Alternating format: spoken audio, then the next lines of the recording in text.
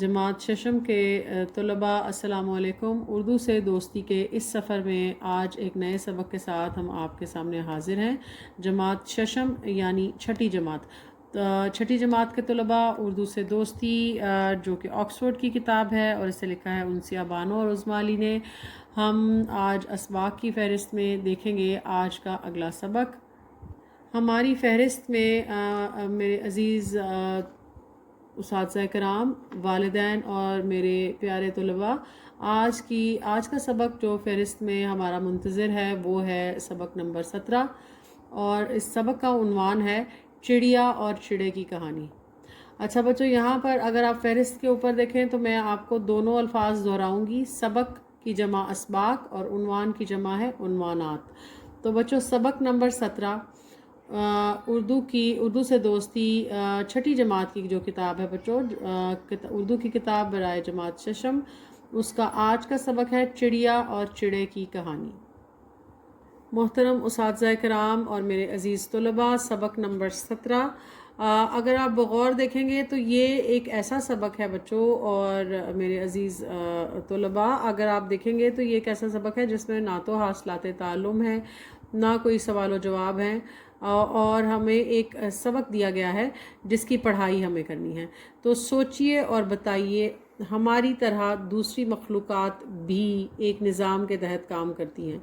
किसी मिसाल से इस बयान की वजाहत करें। तो उस्ताद कराम, इसको पढ़ लीजिए। इंसानों के अलावा दुनिया पर और भी बहुत सी मखलूक़ात आबाद हैं, तो दूसरी मखलूक़ात भी एक निज़ाम के तहत काम करती हैं, जैसे चरिंद परिंद, जानवर, परिंदे वग़ैरह। तो प्यारे बच्चों, इससे पहले कि हम ये सबक पढ़ें और मोहतरम उस्ताद कराम आपके लिए और तलबा के लिए यहाँ ये बताना मुनासिब रहेगा कि ये जो ज़ेरे बहस सबक है ये दरअसल एक इक़्तिबास है। इससे पहले कि हम इस सबक की पढ़ाई शुरू करें, ये बताना मुनासिब होगा कि ये इक़्तिबास उर्दू अदब के मशहूर ज़माना तसनीफ़ गुबार ख़ातिर से लिया गया है, जो मौलाना अबुल कलाम आज़ाद के ख़ुतूत का मजमूआ है। इस किताब का ये मखसूस हिस्सा बच्चों चिड़िया और चिड़े की कहानी के नाम से जाना जाता है।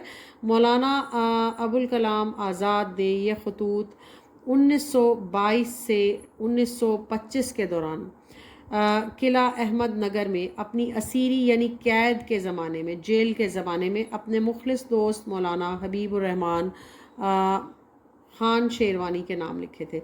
इस ख़त में जो हम पढ़ने जा रहे हैं बच्चों, इस ख़त को ख़त नंबर 19 में उन्होंने जेल के कमरे में मौजूद चिड़ियों की हरकत व सकनात और उनके साथ अपने तजुर्बात को इंतहाई शानदार अदबी और दिलकश असलूब में बयान किया है।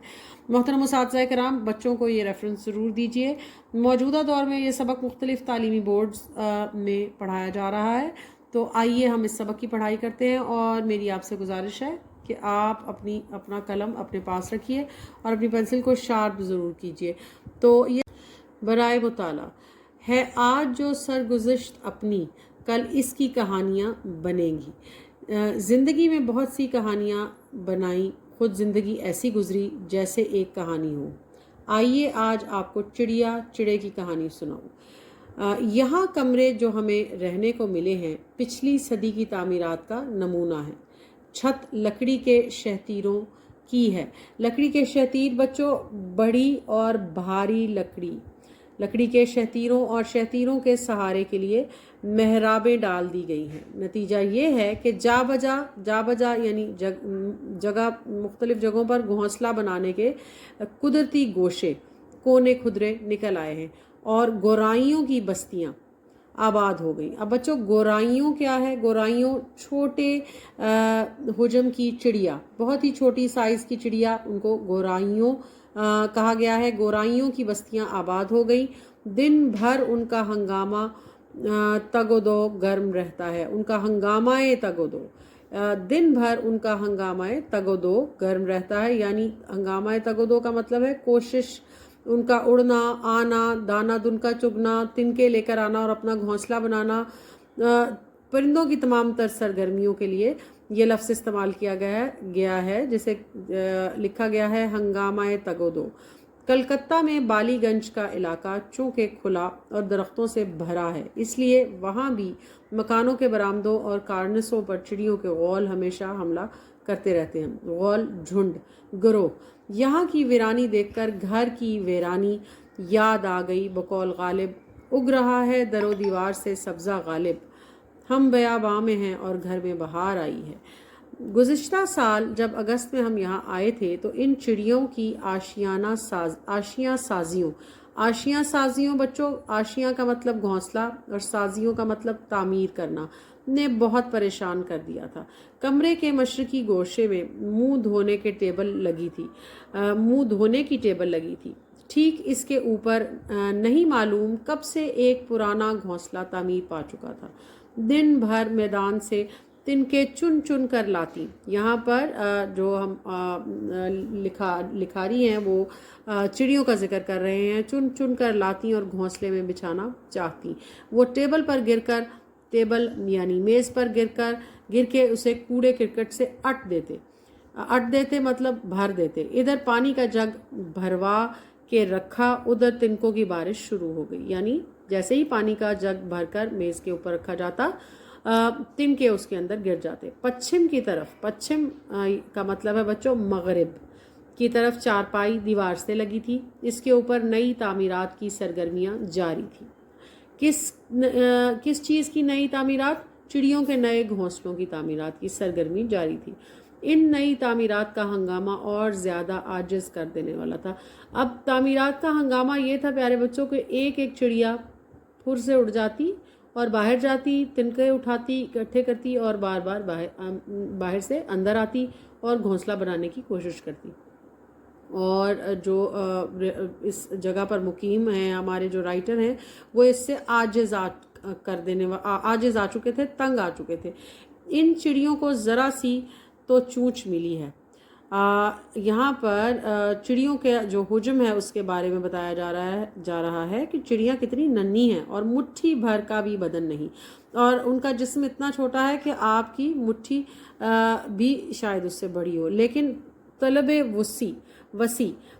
وسیع یعنی چاہت اور کوشش کا جوش اس بلا کا اس قدر پایا کہ چند منٹوں کے اندر بالشت بھر یعنی ہاتھ کی چھوٹی انگلی اور آپ کے انگوٹھے کا سرا، بچوں اس پیمائش کو بالشت کہا جاتا ہے۔ بالشت بھر یعنی آپ کی جس کو آپ انگلش میں ہینڈ سپین بھی کہتے ہیں بچوں۔ محترم اساتذہ کرام، اپنے ہاتھ کی مدد سے بچوں کو سمجھائیے کہ یہ بالشت ایک میجرمنٹ ہے، حجم ماپنے کا ایک جو ہے وہ ایک طریقہ ہے، اور یہ شروع ہوتا ہے آپ کی چھوٹی انگلی، انگشت جسے کہتے ہیں، وہاں سے لے کر آپ کے انگوٹھے کے سرے تک۔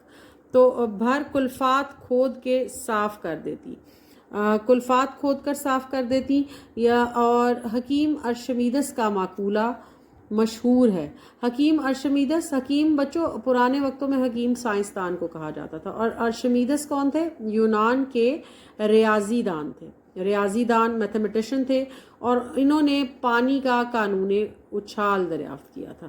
اور بچوں مشہور ہے ان کا مقولہ، ان کا مقولہ یعنی قول مشہور ہے۔ قول کا مطلب بات، سادہ لفظوں میں بتایا جائے تو بچوں قول کا مطلب ہے بات۔ تو حکیم ارشمیدس کی یہ بات بہت مشہور ہے کہ مجھے فضا میں کھڑے ہونے کی جگہ دے دو، میں کرۂ ارض کو اس کی جگہ سے ہٹا دوں گا۔ اور کچھ یہی معاملہ ان ننھی چڑیوں کے ساتھ بھی تھا۔ اس دعوے کی تصدیق ان چڑیوں کی سرگرمیاں دیکھ کر ہو جاتی ہے، یعنی اس بات کی سچائی ہمیں ان ننھی چڑیوں کو دیکھ کر سمجھ میں آ جاتی ہے۔ پہلے دیوار پر چونچ مار مار کے اتنی جگہ بنا لیں گی کہ پنجے ٹیکنے کا سہارا نکل آئے۔ سب سے پہلے وہ اپنے پنجے ٹکانے کے لیے دیوار میں سوراخ کرتی اپنی چونچ کی مدد سے، پھر اس پر پنجے جما کر چونچ کا پھاوڑا چلانا شروع کر دیتی۔ پھاوڑا ایک ایسا اوزار جس کو مٹی کھودنے کے لیے استعمال کیا جاتا ہے، اور اس زور سے چلائیں گی کہ سارا جسم سکڑ کر کانپنے لگے گا، اور پھر تھوڑی دیر کے بعد دیکھیے تو کئی انچ کلفات اڑ چکی ہوگی۔ اب کلفات کا لفظ یہاں اس سبق میں دوسری بار استعمال ہوا ہے، تو اس کی وضاحت کرتے چلیں۔ کلفات بچوں کثافت یا گندگی، گرد و غبار اڑ چکی ہوگی۔ मकान चूँकि पुराना है इसलिए नहीं मालूम कितनी मरतबा चूने और रेत की तहें दीवार पर चढ़ती रही हैं। अब मिल मिलाकर तामीरी मसाले का एक मोटा सा दल मतलब बच्चों एक ढेला, एक टुकड़ा बन गया है। टूटता है तो सारे कमरे में गर्द का धुआं फैल जाता है और कपड़ों को देखिए तो गुबार की मट्टी की तहें जम गई हैं। इस मुसीबत का इलाज बहुत सहल आसान था, यानी मकान की अज़-सरे नौ मुरम्मत, अज़-सरे नौ नए सिरे से मुरम्मत तामीर करना, कंस्ट्रक्ट करना बच्चों कर दी जाए और तमाम घोंसले बंद कर दिए जाएं। यानी इसका एक ही हल था कि इस मकान को दोबारा से तामीर किया जाए और उसकी मुरम्मत की जाए और तमाम घोंसले बंद कर दिए जाएं, क्योंकि परिंदे इस तमाम इमारत के ऊपर अपनी इजारादारी बना चुके थे। कोई भी कोना ऐसा नहीं था, कोई गोशा, कोई कोना खुदरा ऐसा नहीं था जो उनकी तामीरात से महफूज हो। लेकिन मुरम्मत बग़ैर इसके मुमकिन न थी कि मार बुलाए जाएं और यहाँ बाहर का कोई आदमी अंदर कदम नहीं रख सकता। यहाँ हमारे आते ही पानी के नल बिगड़ गए थे। एक मामूली मिस्त्री का काम था, लेकिन जब तक एक अंग्रेज़ फ़ौजी इंजीनियर कमांडिंग ऑफिसर का परवाना राहदारी यानी सरकारी कागज़ लेकर नहीं आया, उनकी मुरम्मत ना हो सकी। चंद दिनों तक तो मैंने सब्र किया, लेकिन फिर बर्दाश्त ने साफ जवाब दे दिया और फैसला करना पड़ा कि अब लड़ाई के बगैर चारा नहीं। यहाँ मेरे सामान में एक छतरी भी आ गई है। अब यहाँ देखें, हमारा जो सबक है वो एक नया मोड़ लेने वाला है और दिलचस्प होने वाला है। अब हम देखेंगे कि कैसे जो हमारे अदीब जो हैं वो हमें बताएंगे कि आगे वो चिड़ियों की इन कारस्तानियों से कैसे निपटने वाले हैं। यहाँ मेरे सामान में एक छतरी भी आ गई है, मैंने उठाई और ऐलाने जंग कर दिया। अगर आप इसको पढ़ेंगे तो आपको अंदाज़ा होगा कि ये सबक जो है ये किस कदर लतीफ़ है और इसको पढ़ के आपको बहुत मज़ा भी आएगा और आप इसको बहुत जो है इंजॉय भी करेंगे। हो सकता है पहली बार में आपको बहुत से अल्फाज मुश्किल लगे, लेकिन मोहतरम उस्ताज़ा कराम, आप अपनी रहनुमाई में बच्चों की इसकी पढ़ाई कराइए। मेरे अज़ीज़ वालिदैन या वालिदा, अगर आप ऑनलाइन क्लास ले रहे हैं या आप घर पर बैठे ये सबक सुन रहे हैं तो आप इस सबक को 1 या 2 बार बच्चे के साथ पढ़िए और फिर उसको इंडिपेंडेंटली पढ़ने के लिए कहिए। मैंने उठाई और ऐलान जंग कर दिया। अब उन्होंने अदीब ने छतरी ऐसे उठाई जैसे कि तलवार उठाई, लेकिन थोड़ी ही देर के बाद मालूम हो गया कि इस कोताह दस्ती के साथ इन हरीफों का मुकाबला नहीं हो सकता। थोड़ी ही देर में हमारे अदीब जो हैं उनको इस बात का अंदाज़ा हो गया कि वो इन दुश्मनों का मुकाबला इस छतरी से तो बिल्कुल नहीं कर सकते। हैरान होकर कभी छतरी की नारसाई, छतरी की नाकामी को देखते, कभी हरीफों की बुलंद आशियानी, हरीफों यानी दुश्मनों के ऊंचे घोंसलों को देखते। बुलंद मतलब ऊंचा और आशियाना मतलब उनका ठिकाना।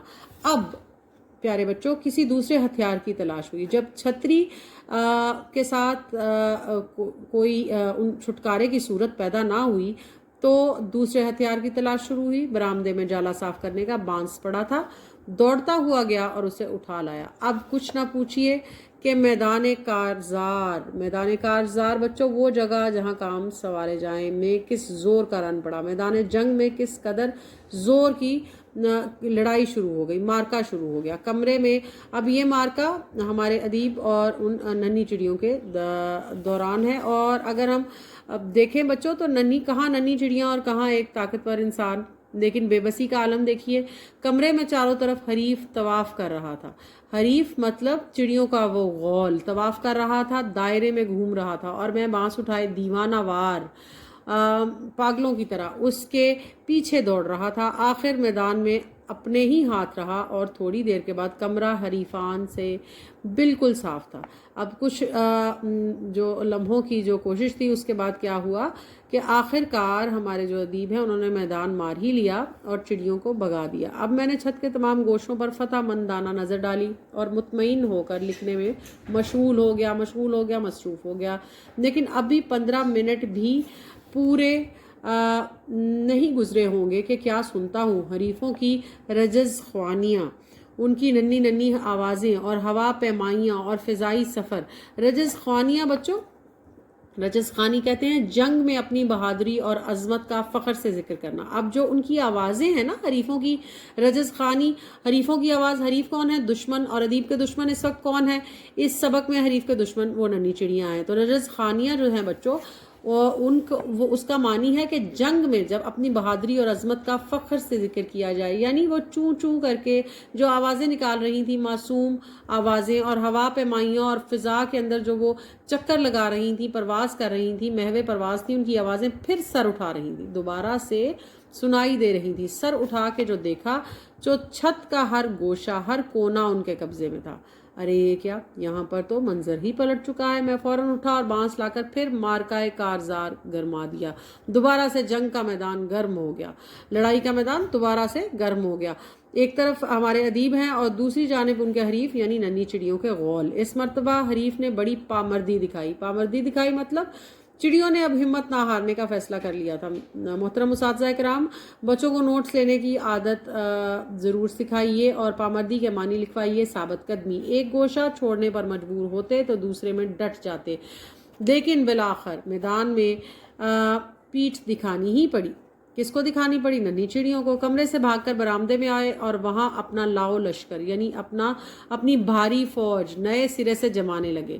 میں نے وہاں سے بہت دور تک میدان صاف میں نے وہاں بھی ان کا تعاقب کیا، پیچھا کیا. تعاقب کرنا، پیچھا کرنا. اور اس وقت ہتھیار ہاتھ سے نہیں رکھا. ہتھیار گویا جو ہتھیار کا ذکر کیا جا رہا ہے وہ بچوں کچھ اور نہیں بلکہ بانس ہے. جب تک سرحد سے بہت دور تک میدان صاف نہیں ہو گیا، اب دشمن کی فوج تتر بتر ہو گئی، بکھر گئی. مگر اندیشہ، خدشہ یہ باقی تھا کہ کہیں پھر اکٹھی ہو کر میدان کا رخ نہ کر دے. تجربے سے معلوم ہوا تھا کہ بانس کے نیزے کی ہیبت یعنی اس کا جو دبدبا تھا، روب اور دہشت. ہیبت کا مطلب ہے بچوں دہشت، خوف، دشمنوں پر جو تھا چھا گئی ہے. جس طرف رخ کرتا تھا اسے دیکھتے ہی فرار ہو جاتے. جیسے ہی بانس نظر آتا چڑیاں فرار ہو جاتی. اس لیے فیصلہ کیا کہ ابھی کچھ عرصے تک اس کمرے میں رہنے دیا جائے. اگر کسی اکا دکا حریف نے رخ کرنے کی جرت بھی کی، ایک یا دو نے، تو یہ سر بفلک نیزہ تو آسمان کی طرف اٹھا ہوا، آسمان کو چھوتا ہوا یہ بہت لمبا سا جو نیزہ ہے، جو بانس ہے، دیکھ کر الٹے پاؤں بھاگنے پر مجبور ہو جائے گا. حریف یعنی کون؟ چڑیاں جب بھی اس لمبے ڈنڈے بانس کو دیکھیں گی تو یہ بھاگ جائیں گی. چنانچہ ایسا ہی کیا گیا. سب سے پرانا گھونسلہ منہ دھونے کی ٹیبل کے اوپر تھا. بانس اس طرح وہاں کھڑا کر دیا گیا کہ اس کا سرا ٹھیک ٹھیک گھونسلے کے دروازے کے پاس پہنچ گیا تھا. اب گو مستقبل اندیشوں سے خالی نہ تھا، تاہم طبیعت مطمئن تھی کہ اپنی طرف سے سر و سامان جنگ میں کوئی کمی نہیں کی گئی. اب جو ہمارے ادیب ہیں وہ کچھ مطمئن تھے کہ میں نے چڑیوں کو ٹھکانے لگا دیا ہے اور ان کو میں نے یہاں سے بھگانے میں کامیاب ہو چکا ہوں. نواب محمد یار خان امیر کا یہ شعر زبانوں پر چڑھ کر بہت پامال ہو چکا ہے، بہت رسوا ہو چکا ہے. پامال ہونا، رسوا ہونا، عام ہو جانا. تاہم موقع کا تقاضا ٹالا بھی نہیں جا سکتا. چونکہ وہ شعر اس موقع کی مناسبت سے بہت موزوں ہے تو اس لیے اس کو یہاں پر لکھا گیا ہے. شکست و فتح میاں اتفاق ہے لیکن مقابلہ تو دل ناتواں نے خوب کیا. اب 11 بج رہے تھے. میں کھانے کے لیے چلا گیا. تھوڑی دیر کے بعد واپس آیا تو کمرے میں قدم رکھتے ہی ٹھٹک گیا. میں اچانک سے حیرت زدہ رہ گیا اور کیا دیکھتا ہوں کہ سارا کمرہ پھر حریف کے قبضے میں ہے، دشمن کے قبضے میں، اور اس اطمینان و فراغت سے اپنے کاموں میں مشغول ہیں جیسے کوئی حادثہ پیش ہی نہ آیا. سب سے بڑھ کر یہ جس ہتھیار کی ہیبت، دہشت پر اس درجہ بھروسہ کیا گیا تھا یعنی اس بانس پر، وہی حریفوں کا ایک نیا آلہ ثابت ہوا اور اس نو تعمیر دہلیز پر بیٹھ کر بے اطمینان تمام گھونسلے میں بچھاتے جاتے ہیں، ساتھ ہی چوں چوں بھی کرتے جاتے ہیں. اپنی وہمی فتح مندیوں کا یہ حسرت انگیز انجام دیکھ کر بے اختیار हिम्मत जवाब दे गई। जब अदीब ने दोबारा से देखा कि वो नन्ही चिड़ियों का गौल दोबारा से अपनी जगह पर विराजमान हो चुका था तो उनकी हिम्मत बेख्तियार जवाब देने लगी। साफ नज़र आ गया कि चंद लम्हों के लिए हरीफ को आजिज़ कर देना तो आसान है, मगर उनके जोश इस्तकामत का मुकाबला करना, उनकी हिम्मत मुस्तकिल मिजाजी का मुकाबला करना नामुमकिन है, आसान नहीं है। और अब इस मैदान में हार मान लेने के सिवा कोई चारा कार नहीं रहा था, कोई सूरत नहीं रही थी। चाराकार कोई सूरत बाकी ना रही थी। और हमारे अदीब जो हैं वो लिखते हैं कि वो हिम्मत हार चुके थे। अब ये फिक्र हुई कि ऐसी रस्म राह इख्तियार की जाए, कोई ऐसा तरीका, ऐसी रस्म राह, कोई ऐसा तरीका, कोई ऐसी सूरत पैदा की जाए कि इन नाखानदा, कम पढ़े लिखे, नाखानदा जाहिल, गवार, कम पढ़ा लिखा या जो बिल्कुल किसी चीज़ का इल्म ना रखता हो, मेहमानों के साथ एक घर में गुजारा हो सके। अब उन्होंने सोचा कि इन इल मैनर्ड नाखानदा मेहमानों यानी इन चिड़ियों के साथ इस मकान में कैसे गुजारा हो सकता है, कोई दरमियानी सूरत निकालनी होगी। सबसे पहले चारपाई का मामला सामने आया। ये बिल्कुल नई तामीरात के जद में थी, यानी जिस चारपाई पर आराम फरमाया जाता था, ये बिल्कुल नई तामीरात यानी नए घोंसलों की पहुंच में थी, जद में थी। पुरानी इमारत के गिरने और नई तामीरात के सरो सामान से जिस कदर गर्दो गुबार और कूड़ा करकट निकलता, सब का सब इसी पर गिरता, बेचारी चारपाई पर गिरता। इसलिए इसे दीवार से इतना हटा दिया गया कि उसे बराह रास्त जद में ना रहे। इस तब्दीली से कमरे की शक्ल ज़रूर बिगड़ गई, लेकिन अब उसका इलाज ही क्या था। जब खुद अपना घर ही अपने कब्जे में ना रहा तो फिर शक्ल तरतीब की किसे फ़िक्र हो सकती है। अलबत्ता मुंह धोने की टेबल का मामला इतना आसान ना था। वो जिस गोशे में रखी गई थी, जिस कोने में रखी गई थी बच्चों, सिर्फ वही जगह इसके लिए निकल सकती थी। ज़रा भी इधर उधर करने की गुंजाइश ना थी, सूरत ना थी। मजबूरन ये इंतज़ाम करना पड़ा कि बाज़ार से बहुत से झाड़न मंगवा कर रख लिए और टेबल की हर चीज़ पर एक एक झाड़न डाल दिया, उसको ढक दिया गया। थोड़ी देर बाद उन्हें उठाकर झाड़ देता और फिर डाल देता। एक झाड़न इस गरज से रखनी पड़ी कि टेबल की सतह की सफाई बराबर होती रहे। सबसे ज़्यादा मुश्किल मसला फर्श की सफाई का था, लेकिन उसे भी किसी न किसी तरह हल किया गया। ये बात तय कर ली गई कि सुबह की मामूली सफाई के अलावा भी कमरे में बार बार झाड़ू फेर देनी चाहिए। एक नई झाड़ू मंगवाकर अलमारी की आड़ में, ओट में छुपा दी गई। आड़ में, अलमारी की ओट में छुपा दी गई। और उसके बाद क्या किया गया, कभी दिन में 2 मरतबा, कभी 3 मरतबा, कभी एक से ज़्यादा इससे काम लेने की ज़रूरत पेश आती। और वो क्यों पेश आती, क्योंकि चिड़ियों के गौल जब अपने कमरे में आते और जाते और अपनी जो है अपनी तामीर साजी को असर नौ शुरू कर चुके थे, तो क्या होता कि तिनके जो हैं वो बार बार फर्श पर गिरते, गर्दो गुबार उड़ता। यहाँ हर 2 कमरे के पीछे एक कैदी सफाई के लिए दिया गया है। जाहिर है कि वो हर वक्त झाड़ू लिए खड़ा नहीं रह सकता था। अब मैंने आपको बताया था कि ये खतूत जो है ये जो है वो असीरी के दिनों में या जेल में लिखे गए थे, और अगर रह भी सकता तो उस पर इतना बोझ डालना इंसाफ के खिलाफ था। इसलिए यह तरीका इख्तियार करना पड़ा कि खुद ही झाड़ू उठा लिया और हमसायों से नज़र बचा के जल्द जल्द 2-4 हाथ मार दिए। देखिए इन नाखानदा मेहमानों की खातिर। अब नाखानदा मेहमानों का लफ्ज़ इन्हीं नन्ही चिड़ियों के लिए इस्तेमाल किया गया है। खातिर तवाज़ों में सफाई तक करनी पड़ी। एक दिन ख्याल हुआ कि जब सुलह हो गई तो चाहिए कि पूरी तरह सुलह हो। ये ठीक नहीं कि रहें एक घर में और रहें बेगानों की तरह, गैरों की तरह।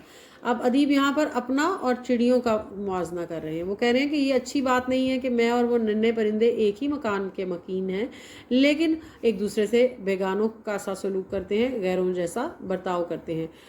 मैंने बावर्ची खाने से थोड़ा सा कच्चा चावल मंगवाया और जिस सोफे पर बैठा करता हूँ उसके सामने की दरी पर चंद दाने छिटक दिए, और वो किसके लिए, नन्हे परिंदों के खाने के लिए। फिर जैसे एक शिकारी दाम बिछा के बैठ जाता है। कुछ देर तक मेहमानों की तवज्जो ना हुई, लेकिन फिर साफ नजर आया कि नीले रंग की वर्दी पर सफ़ेद सफ़ेद उभरे हुए दानों की कशिश ऐसी नहीं कि काम ना कर जाए। पहले एक चिड़िया इधर आई, इधर उधर को कूदने लगी, बज़ाहर चहचहाने में मशगूल नज़र आई, लेकिन नज़र दानों पर थी। फिर दूसरी आई और दरी का तवाफ़ करने लगी, चक्कर काटने लगी, कभी ऐसा लगता कि मशवरा हो रहा है। और आखिर बच्चों देखें, जो सयाद है उसको अपने जो हरीफ हैं उससे किस कदर लगाव हो गया। फिर आहिस्ता आहिस्ता कदम बढ़ने लगे, लेकिन बराह रास्त नहीं, आड़े तिरछे होकर बढ़ते और कतरा कर निकल जाते। गोया ये दिखाने की कोशिश हो रही है کہ خدا نخواستہ ہم دانوں کی طرف نہیں بڑھ رہے. آپ جانتے ہیں کہ شکار سے کہیں زیادہ صیاد کو اپنی نگرانی کرنی پڑتی ہے. شکاری کو نگاہیں دوسری طرف کر لیں. دم ساد لیا اور سارا جسم پتھر کی طرح بے حس و حرکت بنا لیا، گویا آدمی کی جگہ پتھر کی ایک مورتی دھری ہے. اب ادیب یہاں پر ایک تصویر کشی کر رہے ہیں، منظر کشی کر رہے ہیں کہ کس طرح انہوں نے اپنے جسم کو بے حس و حرکت بنا لیا تاکہ چڑیاں ان کو اس کمرے کا ایک حصہ سمجھے اور آرام سے آ کر اپنا دانہ دن کا چگ سکیں. تب جا کر یہ مانوس ہوئے، دانہ چگنے لگے. اور بارہا ایسا ہوا کہ اپنے خیالات میں محو مصروف لکھنے میں مشغول ہوں. اتنے میں کوئی دلنشین بات نوکے قلم پر آ گئی، یعنی کوئی ایسی بات جو ان کے ذہن میں تھی اور ان کے نوکے قلم وہ لکھنے ہی والے تھے. یا عبارت کی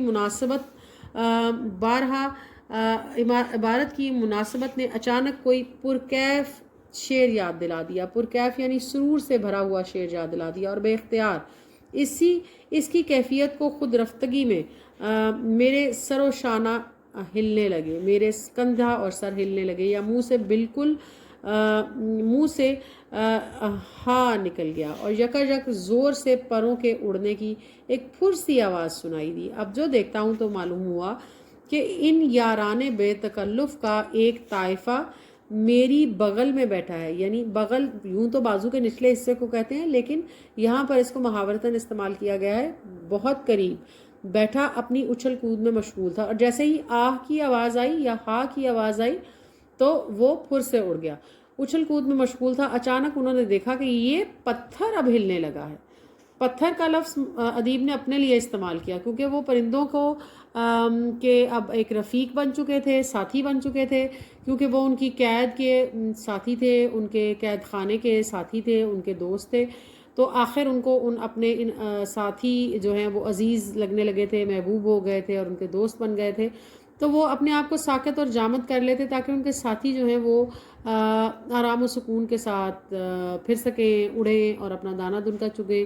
یہ پتھر اب ہلنے لگا ہے. تو یاران بے تکلف یعنی ایسے دوست جو بہت بے تکلف ہوں اور کسی قسم کا تکلف جو ہے اس کو نظر میں نہ لائیں، خاطر میں نہ لائیں.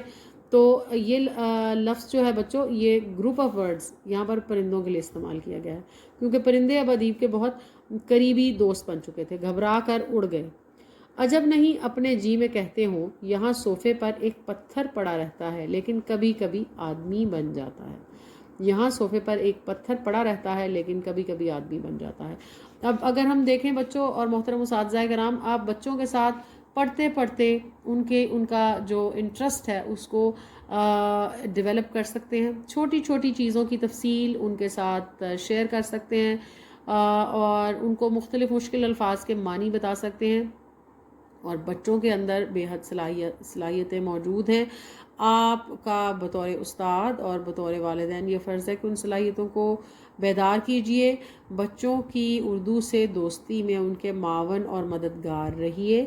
جب بچوں کو مشکل الفاظ کے معنی معلوم ہوں گے اور وہ یہ سارا منظر اپنی تصور کے ساتھ اپنے تخیل میں سوچ سکیں گے کہ کس طرح ادیب ایک کمرے میں موجود ہے اور اسیر ہیں، قید ہیں، اور ان کے اس قید خانے میں پرندے ہیں جو آہستہ آہستہ ان کے رفیق بنتے جا رہے ہیں. پرندوں کے بارے میں کس طرح لکھا گیا ہے، تو یقین رکھیے کہ بچے اس سبق کو دلچسپی سے سمجھیں گے اور پڑھیں گے. تو یہ آج کا سبق تھا بچوں، اور مجھے امید ہے کہ ہمارا آج کا سبق آپ کو بہت پسند آیا ہوگا اور ہم نے بھی اس کو پڑھتے ہوئے بہت ہی محظوظ ہوئے اور آپ بھی یقیناً محظوظ ہوئے ہوں گے. تو بچوں یہ ایک ایسا پڑاؤ تھا جس میں ہمیں صرف سبق کی پڑھائی مطلوب و مقصود تھی. تو بچوں آج کا سبق مکمل ہو گیا اور اس سبق کو ضرور پڑھیے، چینل کو ضرور سبسکرائب کیجئے.